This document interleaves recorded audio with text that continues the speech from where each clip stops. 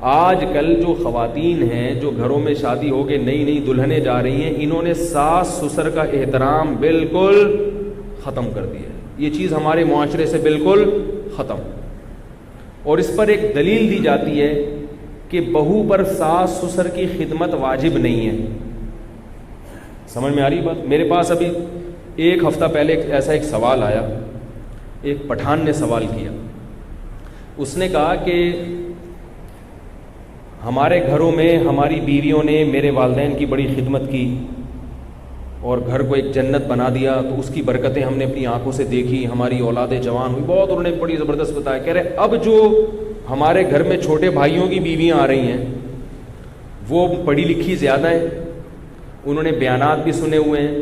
ان سے جب ساس سسر کی خدمت کا ہم کہتے ہیں، اپنے والدین کی خدمت کا کہتے ہیں، تو فوراً کہتی ہیں کسی بھی مفتی سے پوچھ لو بہو پر ساس سسر کی خدمت واجب؟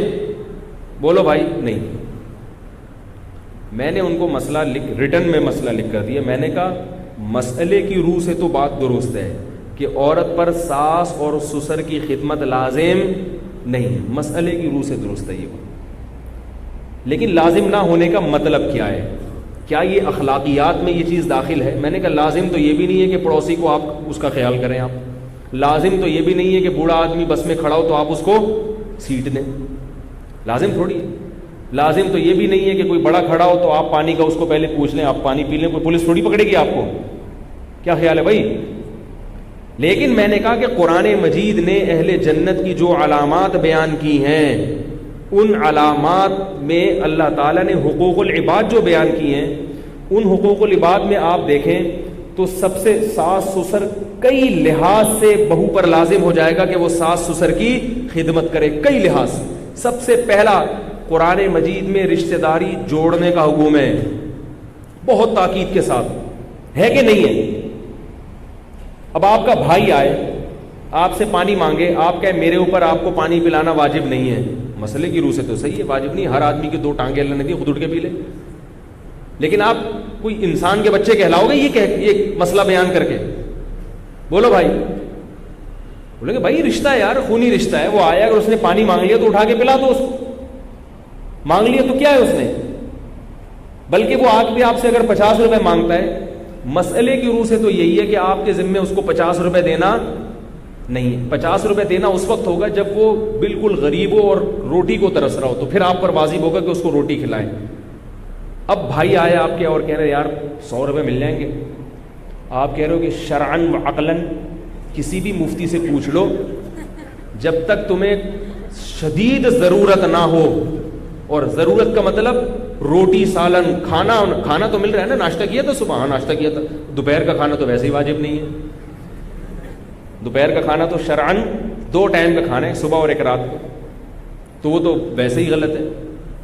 ٹھیک ہے مفتی سے پوچھو گے، مفتی یہی کہے گا کہ آپ پر لازم نہیں ہے کہ بھائی کو آپ 100 روپے دیں، کیونکہ اس کی بنیادی ضرورت پوری ہو رہی ہے.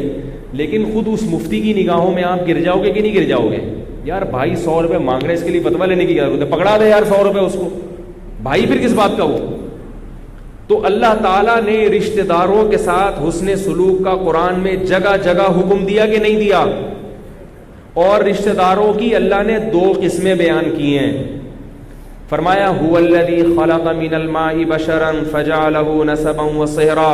اللہ نے تمہیں پانی سے بنایا، 2 خاندان دی، ایک ددیال ننیال والا اور شادی کے بعد سسرال والا. یہ اللہ نے ذکر کیا قرآن میں. 2 خاندان ہیں، ایک خونی رشتے والا اور دوسرا سسرال والا. تو اللہ نے دونوں کو ساتھ ساتھ ذکر کیا. تو سسرال والے رشتے میں سب سے زیادہ قریبی رشتہ ساس اور سسر کا ہوتا ہے، شوہر کے والدین کا. اس سے زیادہ قریبی رشتہ سسرال میں اور یعنی مقدس رشتہ کوئی بھی نہیں ہے. حتیٰ کہ اللہ نے پردہ ختم کر دیا عورت کا کہ سسر باپ کی جگہ ہے، اس سے پردہ فرض نہیں ہے. سسر بہو سے قیامت تک نکاح نہیں کر سکتا. بیٹا اگر مر بھی جائے نا، بلکہ یہاں تک ہے آپ نے کسی خاتون سے نکاح کیا، رخصتی ہوئی نہیں اور طلاق ہو گئی، رخصتی ہوئی نہیں اور طلاق ہو گئی، تو آپ اس خاتون کی ماں سے قیامت تک نکاح نہیں کر سکتے. صرف نکاح ہونے سے بیوی کی ماں آپ کی ہمیشہ کے لیے کیا بن گئی؟ ماں بن گئی، اور پردہ بھی ہمیشہ کے لیے ختم. حالانکہ جس کو طلاق دی اس سے تو پردہ ہوگا، اس کی ماں سے پردہ نہیں ہوگا، کیونکہ وہ آپ کی چند سیکنڈ کے لیے ساس بنی تھی. اسی طرح اس لڑکے کا باپ اپنی اس بہو سے قیامت تک نکاح نہیں کر سکتا. تو ایسا مقدس رشتہ کہ اب نکاح نہیں ہو سکتا، باپ بن گئے وہ. تو رشتہ داری جوڑنے کا قرآن میں اگر حکم ہے تو آپ بتاؤ اس سے بڑی رشتہ داری توڑنے کا کوئی سبب ہوگا کہ بوڑھی ساس اور بوڑھے سسر ہیں، ان کو ضرورت ہے کھانے کی، روٹی کی، اور بہو کہہ رہی ہے کہ میرے اوپر آپ کی خدمت واجب نہیں. یہ رشتہ ٹوٹے گا کہ نہیں ٹوٹے گا؟ یہ تو قطع رحمی میں یہ چیز آئے گی کہ نہیں آئے گی؟ دوسری بات یہ کہ رشتہ داری جوڑنے میں شوہر بھی تو رشتہ دار ہے نا آپ کا. بھائی خواتین کا شوہر بھی تو کچھ لگتا ہے نا ان کا. خواتین کے جو میاں ہیں ان کے کچھ لگتے ہیں نا. کیا خیال ہے؟ شوہر لگتا ہے بھائی.